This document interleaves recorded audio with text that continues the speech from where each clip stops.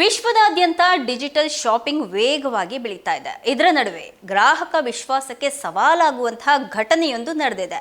Online ಮೂಲಕ ವ್ಯಕ್ತಿಯೊಬ್ಬರು 69,000 ನೀಡಿ ಕ್ಯಾಮೆರಾವನ್ನ ಆರ್ಡರ್ ಮಾಡಿದಂತಹ ಉದ್ಯಮಿಗೆ ಡೆಲಿವರಿಯಲ್ಲಿ 2 ಪ್ಯಾಕೆಟ್ ವಾಷಿಂಗ್ ಪೌಡರ್ ತಲುಪಿದಂತಹ ಪ್ರಕರಣ ಇದೀಗ ಬೆಳಕಿಗೆ ಬಂದಿದೆ.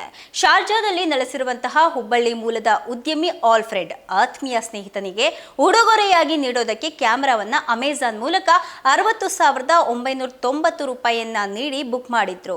ನಿಗದಿತ ದಿನಾಂಕದಂತೆ ಹುಬ್ಬಳ್ಳಿಯ ಖಾಸಗಿ ಹೋಟೆಲ್ ವಿಳಾಸಕ್ಕೆ ಕೊರಿಯರ್ ತಲುಪುತ್ತೆ. ಆದರೆ ಪ್ಯಾಕೇಜ್ ತೆರಿತಾ ಇದ್ದಂತೆಯೇ ಕ್ಯಾಮೆರಾ ಬದಲು ವಾಷಿಂಗ್ ಪೌಡರ್ ಬಂದಿದೆ.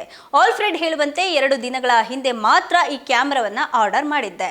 ವಿಶೇಷ ಕಾರ್ಯಕ್ರಮದಲ್ಲಿ ಅತಿಥಿಗೆ ನೀಡೋದಕ್ಕೆ ಯೋಜನೆ ಮಾಡಿದ್ದೆ.